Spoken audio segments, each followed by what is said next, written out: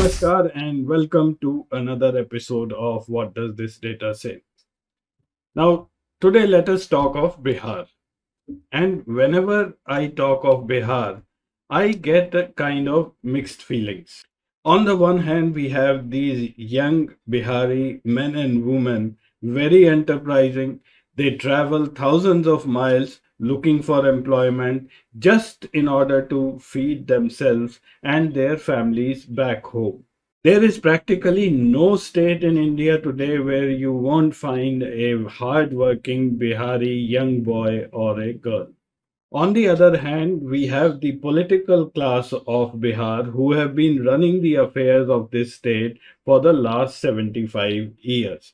Now, this class appears to be devoid of the realities around them.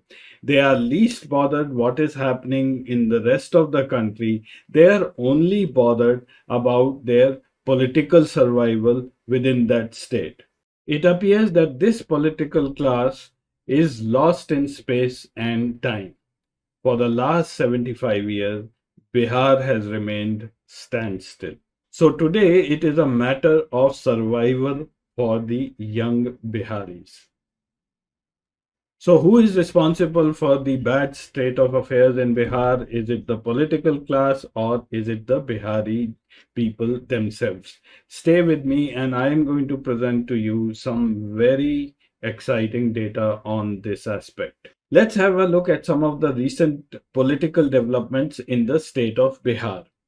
About a month ago, Nitish Kumar had announced that he is going to conduct a caste census in the state of Bihar.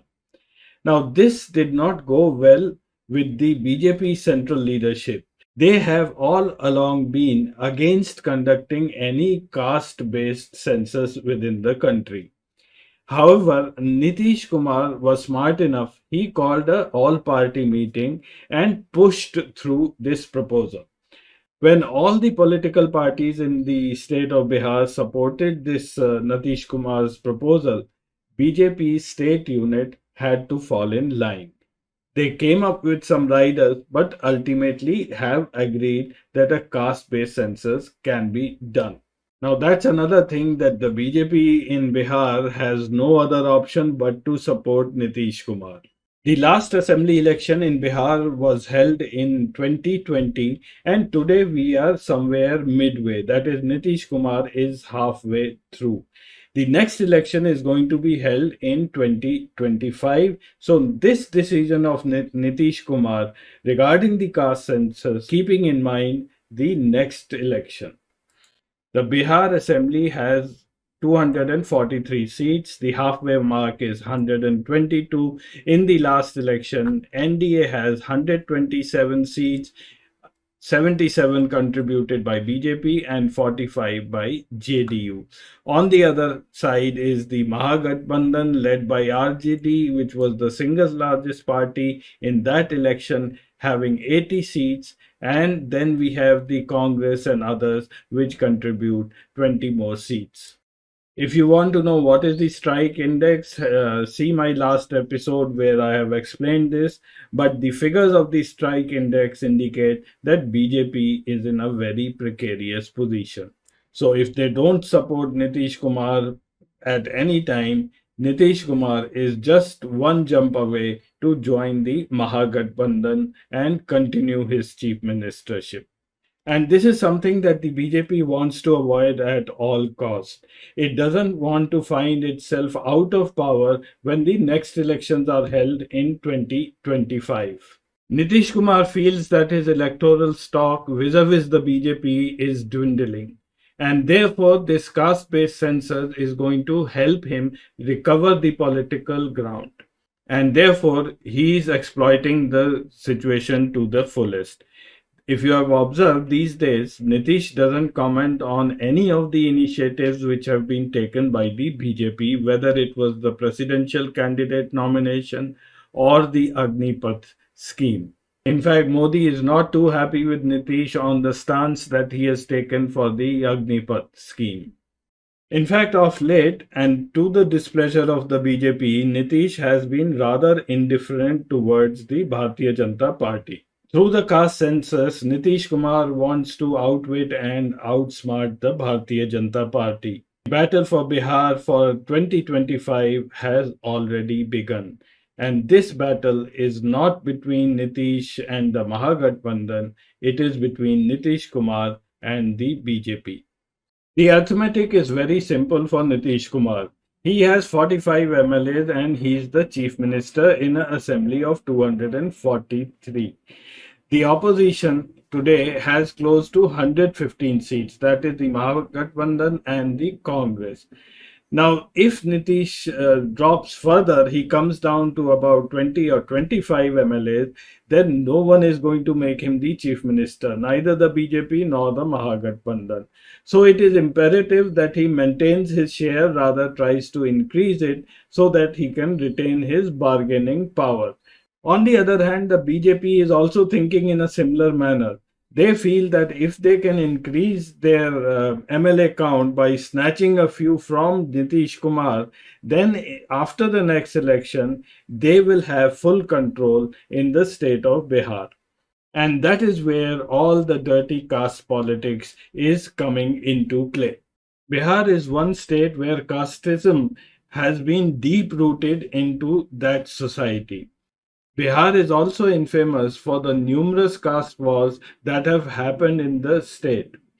In the last 50 years, more than 100 caste wars have been documented, in which thousands of people have been killed. I am just giving you a glimpse of this here.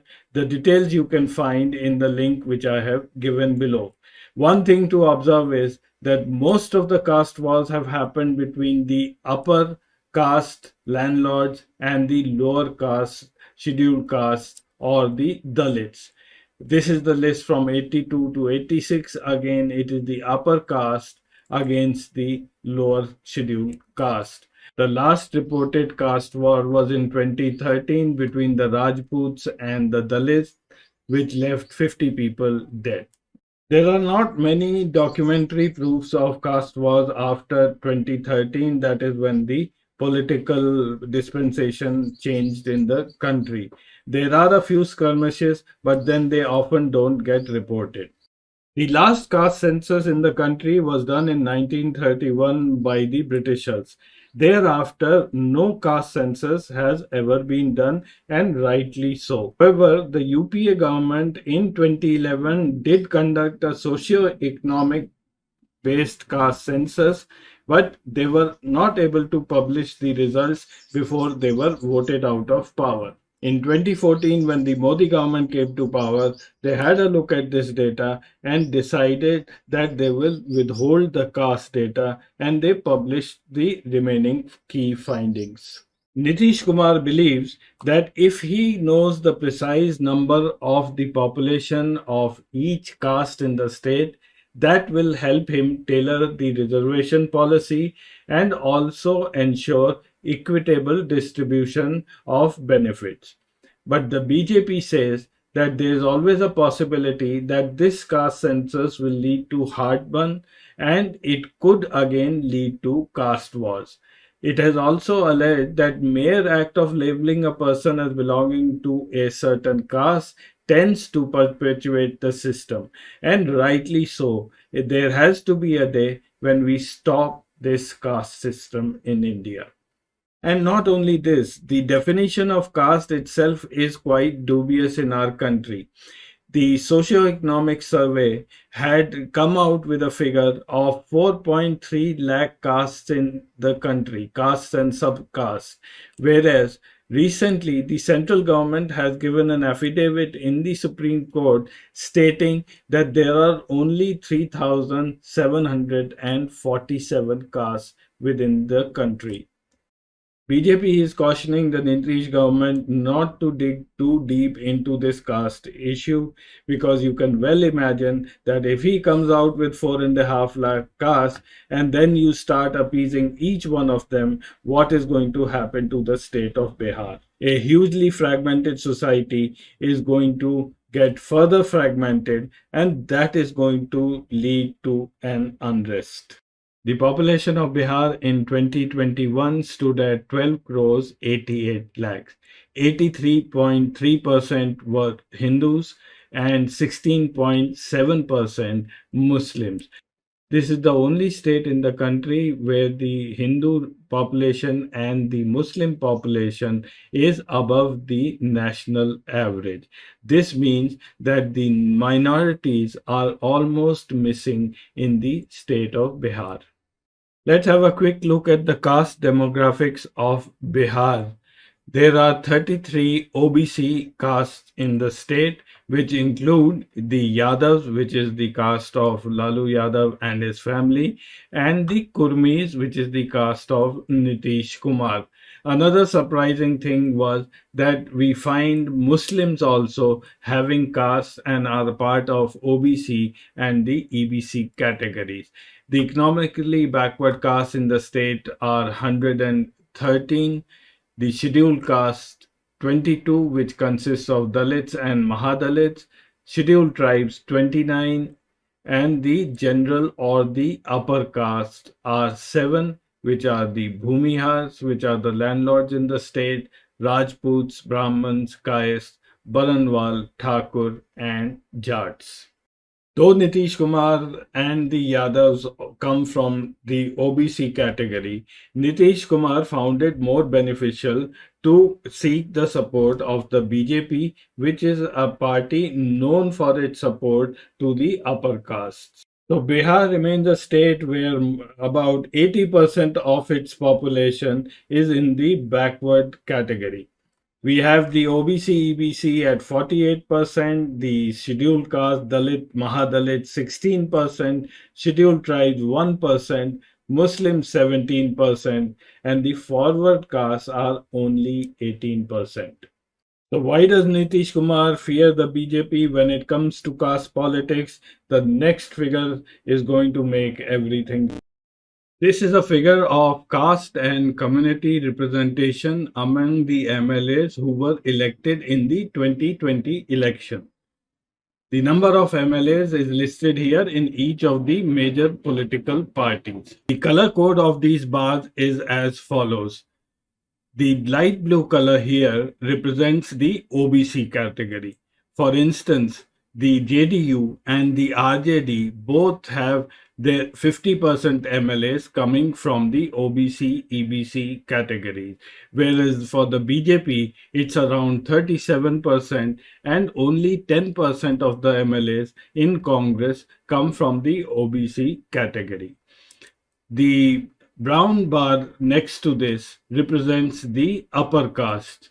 So BJP has the maximum number of people from the upper caste, followed by the Congress, and then the JDU, and then the RJD. The gray color represents the scheduled caste, the yellow, the scheduled tribes, and then the bluish color, which is here, represents the Muslim.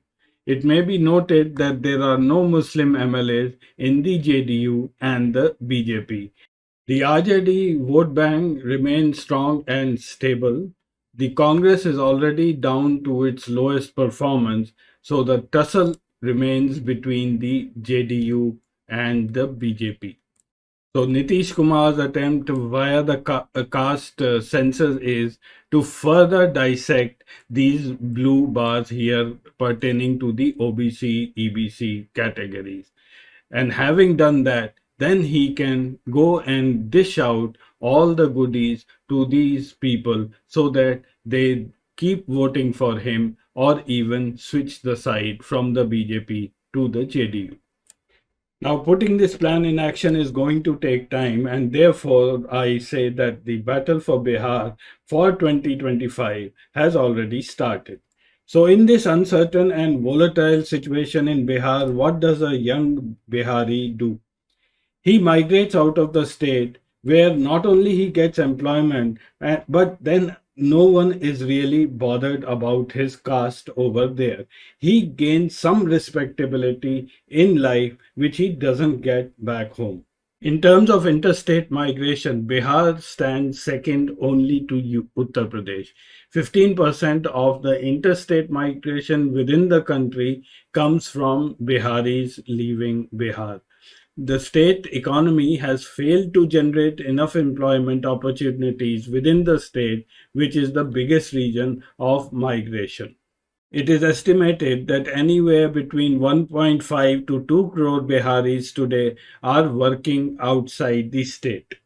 And when you ask them the reason of migration, the biggest reason stands is they are here for work and employment.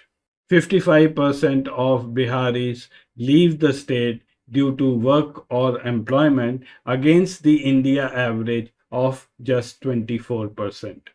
So unemployment remains the biggest challenge for the state government. They hardly create any jobs locally and always look forward to central government jobs in the army or the railways. Today, Bihar's unemployment rate stands at 14%. There are two states having a very high unemployment rate of around 30%. However, Haryana and Rajasthan people don't migrate out of the state in that numbers as the Biharis do. Now, to end this episode, I'll just give you a glimpse of the performance dashboard of the state of Bihar. The GDP or the per capita GDP of a state has a lot to tell about the affairs of that state. The per capita GDP of Bihar in 2020 stands at only 46,292 rupees. Compare that with Goa, which has a per capita GDP of 4,36,000 rupees, and then that of Haryana around 2.5 lakh rupees. Here is the performance dashboard of Bihar.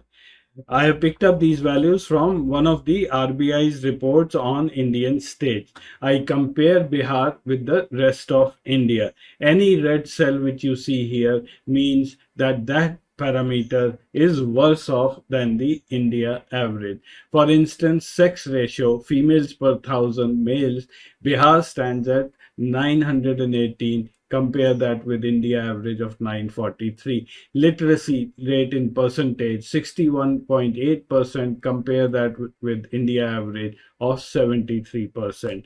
Enrollment in higher secondary, Bihar stands at the bottom. Population density, Bihar is 3 times more dense than rest of India.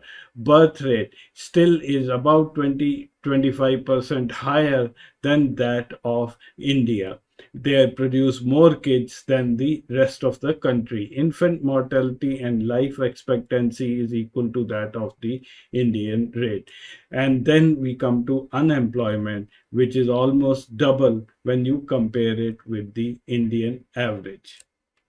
And this fact gets further highlighted in Niti Aayog Sustainable Development Goal Index, which is published every year, where Bihar has been retaining the last position for 3 consecutive years.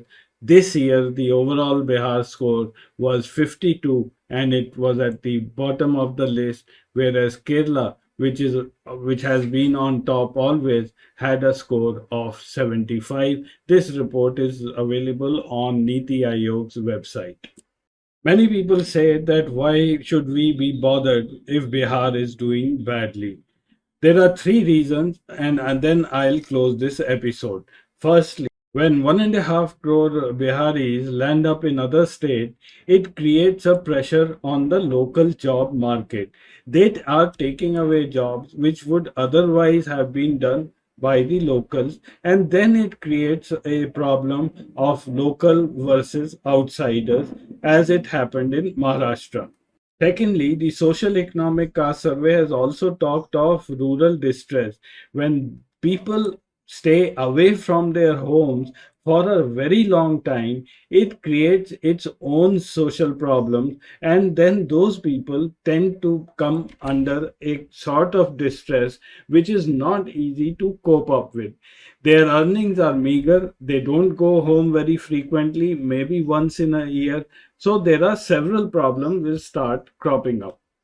And lastly, on the financial front, Bihar is not generating enough revenue for itself. So it has to depend on support from the central government. And that support comes in form of grants and subsidies. Now, that money actually belongs to people in the country who are earning that money, which is the progressive state. And that gets transferred in terms of central assistance to Bihar. So Bihar remains a net importer of revenue.